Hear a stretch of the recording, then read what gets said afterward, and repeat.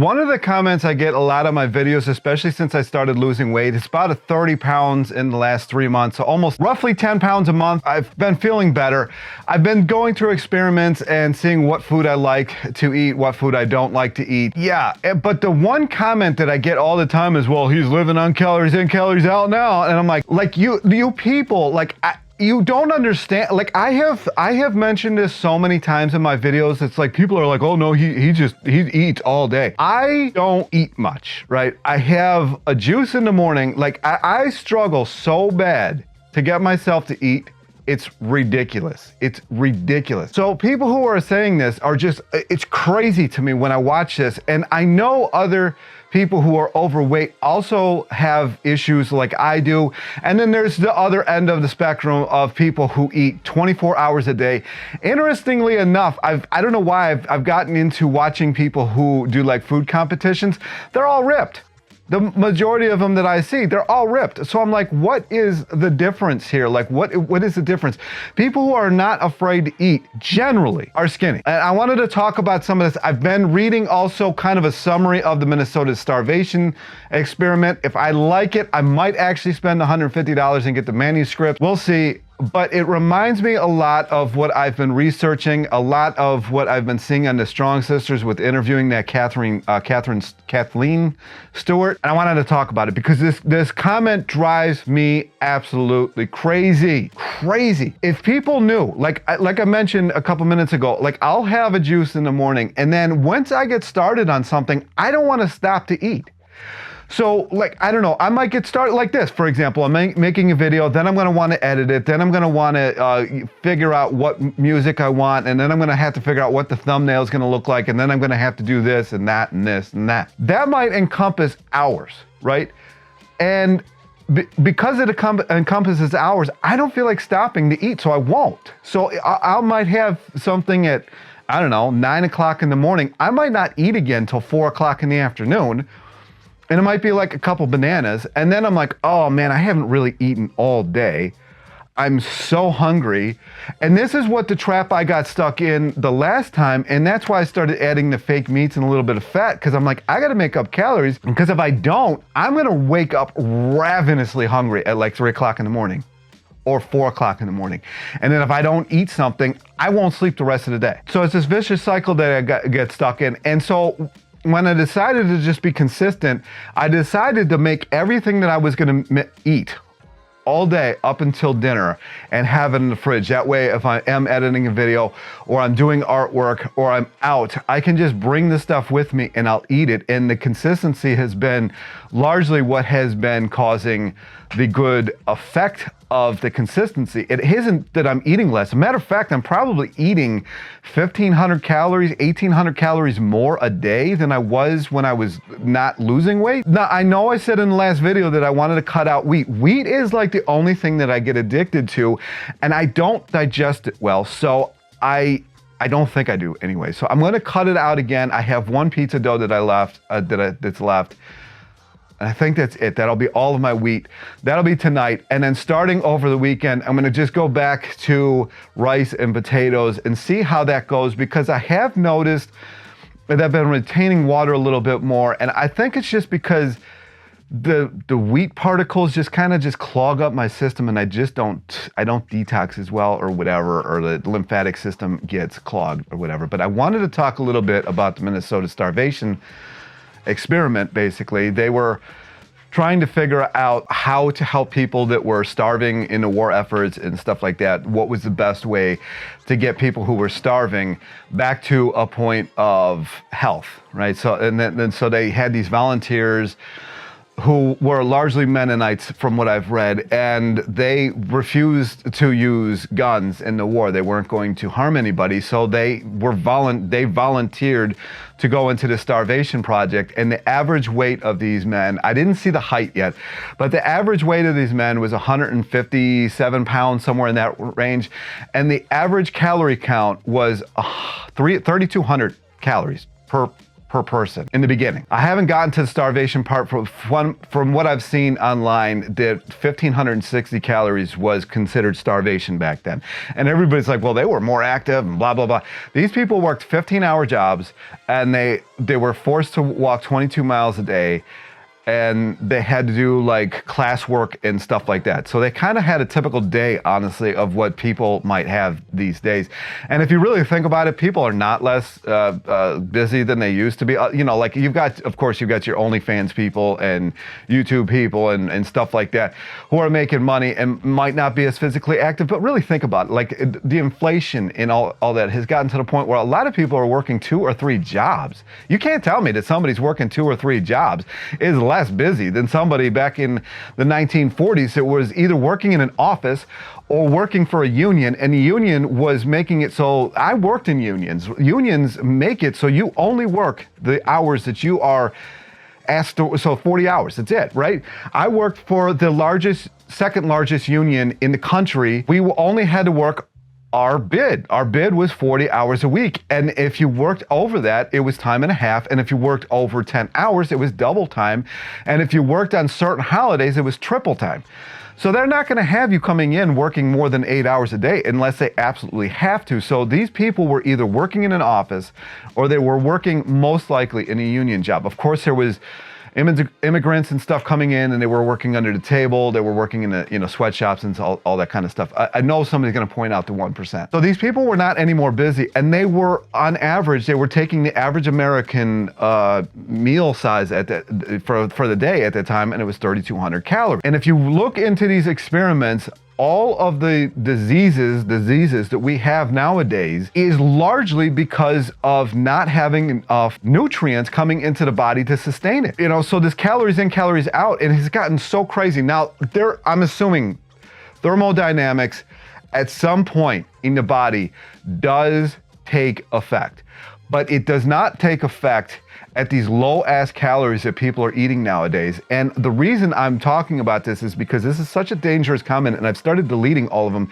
because I don't want people who are overweight coming into the comment section reading this stuff and thinking, oh, I got to eat even less, because I've seen what goes on with people who are overweight. Even when they lose weight and they get to a place that they're happy at, they are terrified to eat. They're terrified to eat. It's ridiculous what has happened, and comments like this are so ignorant, it's not even funny, because you've got this modality of starve yourself, eat 1,600, 1,200 calories a day. Like I just did the video on Richard Simmons, and he said don't go below 1,200 calories. 1,200 calories. They used to prescribe 1,900 calories for a toddler in 1941. They didn't have the diseases that we have now. The only time they had the diseases that we have now and this ease that we have now is when they were working with chemicals that nobody knew what they were, and stuff like that. Like asbestos or whatever. And then they were having health issues, complications from these terrible things that they were working with. It had nothing to do with the diet. And when they did the Carnegie experiment too, which I'm going to dive deeper into that once I finish this book. There was so many diseases that came around from just not eating enough. Like there's almost everything that's going on, mental disorders, erectile dysfunction, there's so many things. And then in the Minnesota experiment, starvation experiment, from what I've read online, some of these men could never get back to a skinny weight because they had damaged their, endocrine system basically so much. And so if you're a chronic dieter and you come in and you read these comments, you got to, he's doing calories in, calories out now because I know what's going on. I'm there, and you're not. They drive me crazy. They really drive me crazy because it's building even more issue, like orthorexic issues. Now there's the other end of the spectrum too. You got, and you've got these people just sitting around in a basement somewhere, mommy and daddy's house, eating all day, and they need a crane to take them out of the house. There's of course that, but if you look at even like The Biggest Loser or Weight Watchers has got like a 95% fail rate, and everybody's like, oh, it's because you're weak. No, it's because you're not eating enough. You're not eating enough. Of course you can starve yourself down to a comfortable weight, and then you have to live there the rest of your life and wonder why you get diseases. I guarantee this is what happened to McDougal. because he was overweight. He had a message to put out there. He had to be a certain skinny, and he got himself to the point where his body couldn't even, like, I actually know some people now in the DMs who tell me, like, it doesn't matter even what they eat anymore. They can't gain weight, and they're like anorexic almost. They can't gain, no matter what they eat now, they can't gain weight for the life of them. It's just like, you know, like if you had that happy medium, you wouldn't be going through this, but they don't have that happy medium. So this is really, these comments, man, they drive me nuts, because if you knew like how, and I'm one of these people, like if I didn't have to eat, I wouldn't do it. I don't really like it. I don't really like sleeping either. I don't know why. Like, I like the effects of sleep, but if I didn't have to do it, probably wouldn't do it. If I didn't have to eat, probably wouldn't do it. It just is the way it is. So like, like my father's the same way. Like he would work his entire day. He wouldn't eat breakfast. He wouldn't eat all work. And some days he worked like 14, 15 hours.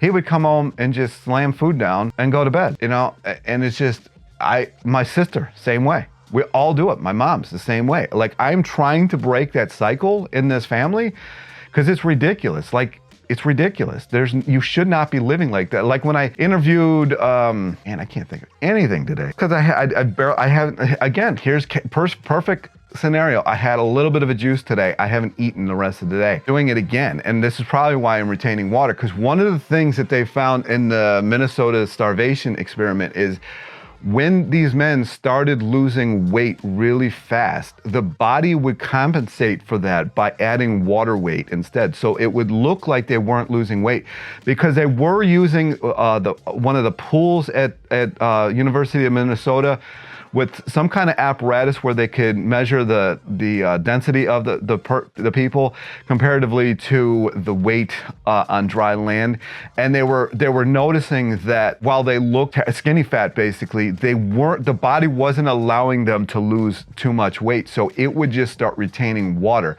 And then when I made a video about that, then I got a bunch of people coming in here. Well, your body can only hold a certain amount of water weight. Okay, I'm gonna go with like all the scientists and the doctors here above some no-name thumbnail on a YouTube that I have no idea who you even are, but like it's ridiculous, some of the comments, because it's just as damaging. Because when you get people coming in here, I get so many people in my DMs like, oh, I can't lose weight, I can't lose weight, I can't lose weight, and they're just talking about it all day. Of course you can't lose weight. All you do is talk about how you can't lose weight. What else do you think is gonna happen? But it's just, oof.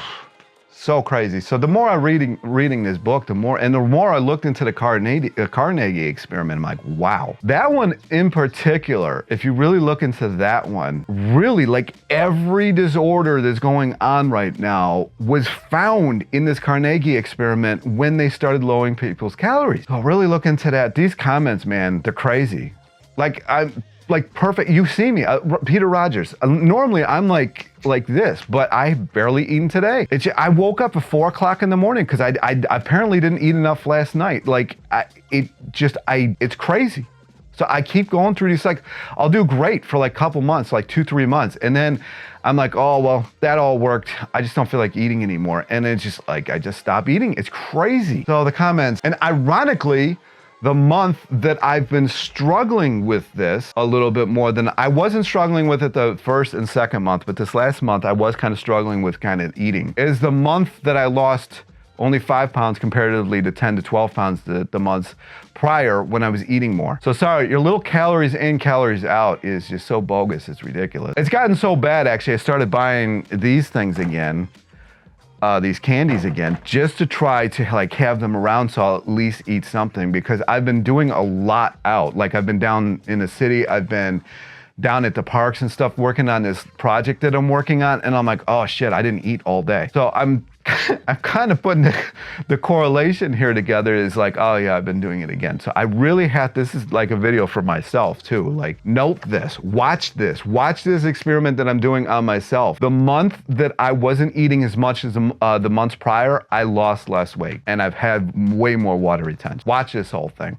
Now that I'm kind of like, oh, I'm doing it again, I'm gonna have to really start, making sure that I actually eat. That is the one thing where rice comes in handy.